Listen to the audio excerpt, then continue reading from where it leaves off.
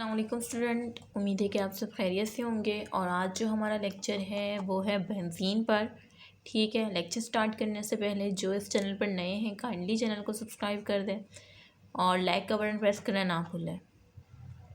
और जो है आज हमारा लेक्चर बेंजीन है। बेंजीन से पहले हमने इथाइन का स्ट्रक्चर, उसकी प्रिपरेशन और फिज़िकल प्रॉपर्टीज़, केमिकल प्रॉपर्टीज़, ठीक है, यूजेस पढ़े थे। जिसने वो लेक्चर्स नहीं देखे हैं सो काइंडली पहले वो लेक्चर्स देख लें, उसी के बाद बेंजीन के टॉपिक पर आइएगा। ओके, सो वैसे मेरे पास जो है मैसेजेस आ रहे थे और कमेंट के भाई आप वो मतलब मैसेजेस ये आ रहे थे कि आप जो है महाजिर हैं। तो मैं महाजिर नहीं हूँ, मैं वज़ीर हूँ। अब आप लोगों ने शायद वज़ीर का नाम सुना होगा या नहीं। सो मेरा जो ताल्लुक़ है वो नॉर्थ वज़ीरिस्तान से है, लेकिन मेरी एजुकेशन और मेरी पैदाइश जो है वो कराची की है। ठीक है, सो शायद इस वजह से आप लोग को डिफरेंस ना लग रहा हो।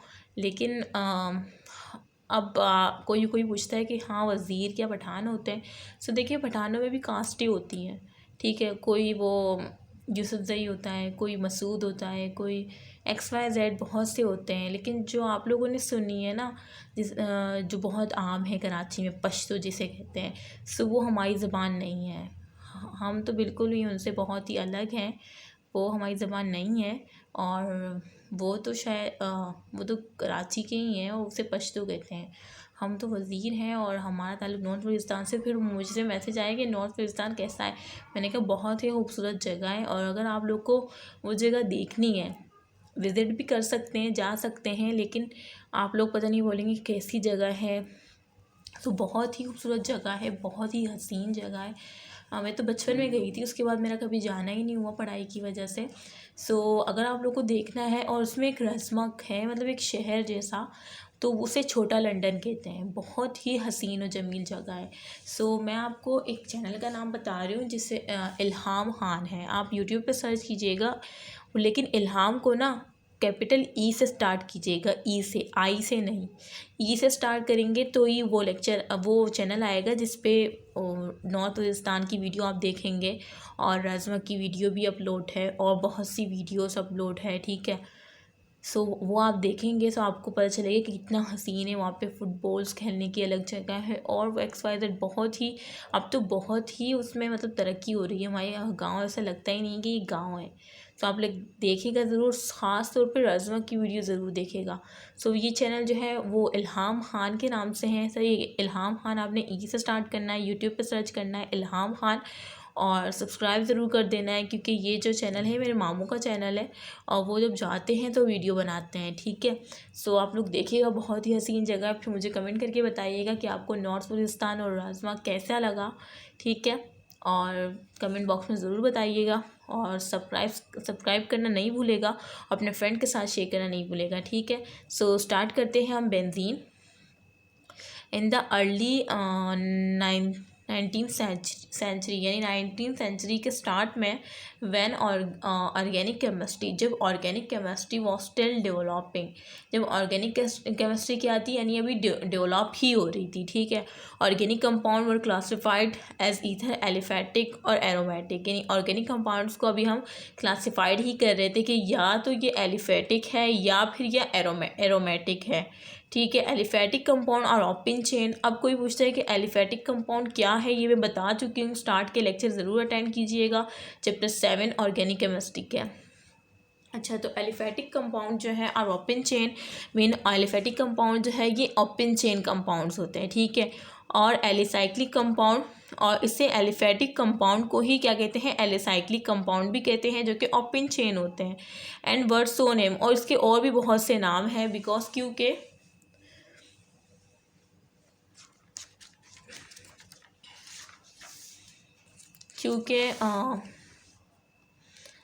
बिकॉज ऑफ द फैक्ट, क्योंकि हकीकत में डेट द फर्स्ट कंपाउंड, मैं थोड़ा जूम कर दूँ, because of the fact the first compound की जो पहला कंपाउंड था ऑफ दिस क्लास, इस क्लास का भी स्टडीड वर फैटी एसिड, उसको हम स्टडी कर देते हैं फैटी एसिड, जिसको ग्रीक में इसका एलिफोस मीन फैट, क्योंकि एलिफेटिक हम कह रहे हैं ना, एलिफेटिक मीन ओपन चेन या एलिसाइक्लिक कंपाउंड भी ओपन चेन, एलिफेटिक का दूसरा नाम एलिसाइक्लिक है और ये दोनों ओपन मतलब एक ही है, दो नाम है, ओपन चेन कंपाउंड्स होते हैं। और ये कह रहे हैं कि हकीकत में हम इसे क्यों कहते हैं एलिफेटिक, क्योंकि जो पहला कंपाउंड था ना इस क्लास का एलिफेटिक का या एलिसाइक्लिक का कंपाउंड, वो जो है हम उसे स्टडी करते थे एज अ फैटी एसिड, क्योंकि एलिफोस एलिफेटिक का जो स्टार्ट है एलिफोस, उसकी मीन ग्रीक वर्ड है जिसकी मीन है फैट। ठीक है, इस वजह से हम फैटी एसिड से तस्वुर करते थे। बिसाइड एलिफेटिक कंपाउंड, इसके साथ साथ aliphatic compound large number of compounds, यानी लार्ज नंबर ऑफ क्या होते हैं, कंपाउंड्स होते हैं वो ऑब्टेन, जो कि हमें मिलते हैं फ्रॉम नेचुरल सोर्सेज। मतलब नेचुरल सोर्सेज में नेचुरल मीन कुदरती, और सोर्सेज मीन जो सोर्सेज होती हैं, ठीक है, कुदरती सोर्सेज से मिलती हैं हमें ये। इनके ज़्यादातर मुरक्कबात हमें कुदरती तौर पर पाए जाते हैं, ठीक है, जैसे कि रेजन्स हो गया, बाल्सम्स हो गए एंड एरोमेटिक ऑयल्स। और सबसे ज़्यादा जो है एरोमेटिक ऑयल जो है, जो कि फ्रॉम प्लांट से, यानी प्लांट से हमें हासिल हो रहा है, ठीक है। वो स्ट्रक्चर एज डेट टाइम, जिसका स्ट्रक्चर उस टाइम जो है अननोन था, मीन उसका स्ट्रक्चर कोई नहीं बता सकता था उस टाइम में। 19th सेंचुरी की बात हो रही है, स्टार्ट की, ठीक है। But he had one thing, लेकिन एक ख्याल था इन कॉमन, यानी आम था। एक ख्याल क्या था, हैड वन थिंग, थिंग जो है एक चीज़ जो है क्या थी, आम थी, आ प्लेसेंट स्मेल की, इसकी क्या है, प्लेसेंट स्मेल है।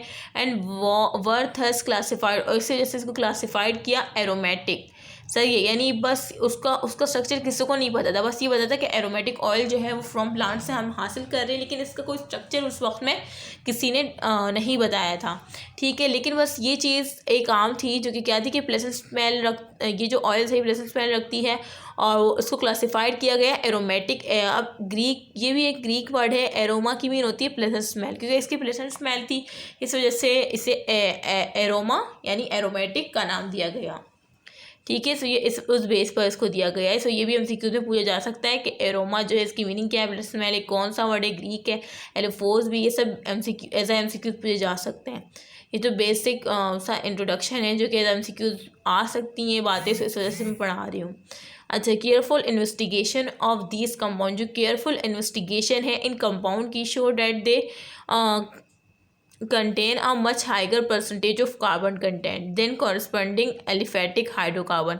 अच्छा, ये कह रहे हैं कि जब इन्वेस्टिगेशन हुई किसकी, एरोमेटिक कंपाउंड की इन्वेस्टिगेशन हुई, तो ये जो है ये मतलब ये उनको पता चला कि भाई हाँ मच हाइगर परसेंटेज, इसमें बहुत ही ज़्यादा परसेंटेज होती है किसकी, कार्बन की, ठीक है।